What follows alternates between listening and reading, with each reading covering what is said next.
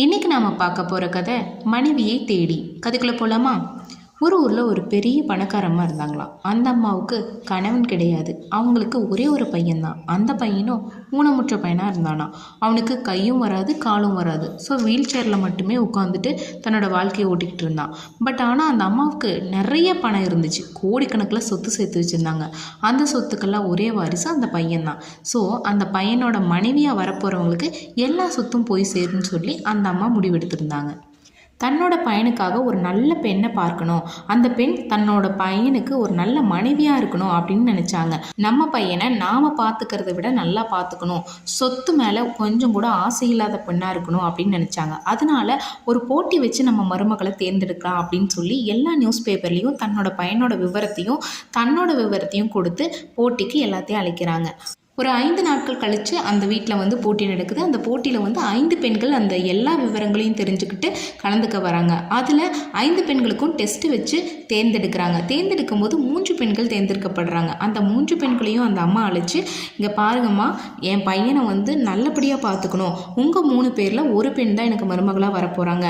அந்த 3 பெண்கள்கிட்டையுமே அந்த அம்மா சொல்கிறாங்க, நீங்கள் எங்கள் வீட்டில் 1 வருஷம் தங்கி இருக்கணும். இந்த 1 வருஷத்தில் உங்களோட நடவடிக்கையை பார்த்து தான் நான் என் பையனை கல்யாணம் பண்ணி வைப்பேன் அப்படின்னு சொல்லிடுறாங்க. அதுக்கு அந்த 3 பெண்களும் சரின்னு சொல்றாங்க. முதல் பெண் நினைக்கிறா, இந்த பையனை கல்யாணம் பண்ணிட்டா இந்த சொத்தெல்லாம் நமக்கு வந்துடும், அதுக்கப்புறம் இந்த பையனை எப்படியாவது சாவடிச்சுட்டு நம்ம வேற ஒரு பையனை நல்ல பையனா பார்த்து கல்யாணம் பண்ணிட்டு இந்த சொத்தோட வாழலாம் அப்படின்னு நினைக்கிறா.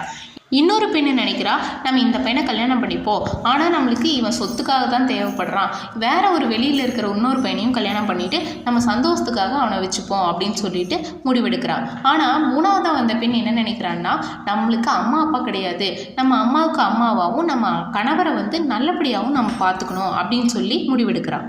அதுக்கப்புறம் வீட்டு வேலைகள், தன்னோட பையனை கவனிக்கிற பொறுப்பு, ப்ளஸ் பிஸ்னஸ் ஒர்க்கையும் சேர்த்து 3 பார்ட்டாக பிரித்து 3 பேர்த்துக்கும் கொடுக்குறாங்க. யார் நல்ல முறையில் செஞ்சு முடிக்கிறாங்களோ அவங்களுக்கே தன்னோட பையனை கல்யாணம் பண்ணி வைப்பேன் அப்படின்னு சொல்கிறாங்க. இப்படியே 6 மாதம் போகுது. 6 மாதத்துக்கு அப்புறமா அந்த முதல் பெண் என்ன பண்ணுறான்னா, தான் மாசமாக இருக்கிற மாதிரி நடித்து அந்த பையன் தான் அதுக்கு காரணம்னு சொல்லிட்டா நம்மளையே அந்த பையனை கல்யாணம் பண்ணி வச்சுருவாங்க. அதுக்கப்புறம் நம்ம பிளானை எக்ஸிக்யூட் பண்ணிக்கலாம் அப்படின்னு நினச்சி அந்த அம்மா கிட்ட போய், நான் உங்கள் பையனால் கர்ப்பமாக இருக்குன்னு சொல்கிறாங்க. அதை அந்த அம்மா தெரிஞ்சுக்கிட்டு, நீ கர்ப்பம் கிடையாது, நீ பொய் சொல்கிற அப்படின்னு சொல்லி அந்த பொய்யை கண்டுபிடிச்சிடுறாங்க. அதுக்கப்புறம் அந்த பெண்ணையும் என் சொத்துக்காக நீ ஆசைப்பட்டு தான் நீ இது பண்ணிகிட்ருக்க, நீ வீட்டை விட்டு வெளியே போகலாம், நீ எனக்கு மருமகளாக வேண்டாம் அப்படின்னு சொல்லி வீட்டை விட்டு வெளியே அனுப்பிச்சிடுறாங்க. 2ஆவதாக செலக்ட் பண்ண பெண் உண்மையாலுமே கர்ப்பமாக இருந்திருக்காங்க. இந்த கர்ப்பத்துக்கு யாருன்னு சொல்லி அந்த அம்மா கேட்கும்போது, உங்கள் பையன் தான் காரணம்னு சொல்லி போய் சொல்லியிருக்கா. உடனே இந்த அம்மா கிடையவே கிடையாது, என் பையன் இந்த காரியத்தை பண்ணியிருக்கவே மாட்டான் அப்படின்னு சொல்லிட்டு அலசி ஆராய்ஞ்சு கண்டுபிடிக்கும் போது தான் தெரியுது, அவங்களோட ஃபேக்ட்ரியிலே ஒர்க் பண்ணுற ஒரு பையனை இந்த பொண்ணு லவ் பண்ணிட்டு இருந்திருக்கா. 2 பேரும் பழகும்போது தவறுதலாக இந்த கர்ப்பம் உருவாயிருக்கு அப்படின்னு தெரிஞ்சுக்கிட்டாங்க. அதனால அந்த பொண்ணை அந்த பையன் கூடயே அனுப்பிச்சுட்டு வீட்டை விட்டு 2 பேரையுமே வெளியே போக சொல்லிடுறாங்க. அதுக்கப்புறம் கடைசியாக 3ஆவது பெண்ணை செலக்ட் பண்ண பெண் ஏழை பெண்ணு. அந்த பெண் தான் நல்லபடியாக அந்த பையனையும் பார்த்துக்கிட்டா. அதுக்கப்புறம் எந்த ஒரு பணத்தாசையும் இல்லாத பெண்ணாக இருந்தனால அந்த பொண்ணுக்கே கடைசியில் அந்த பையனை கல்யாணம் பண்ணி வைக்கிறாங்க.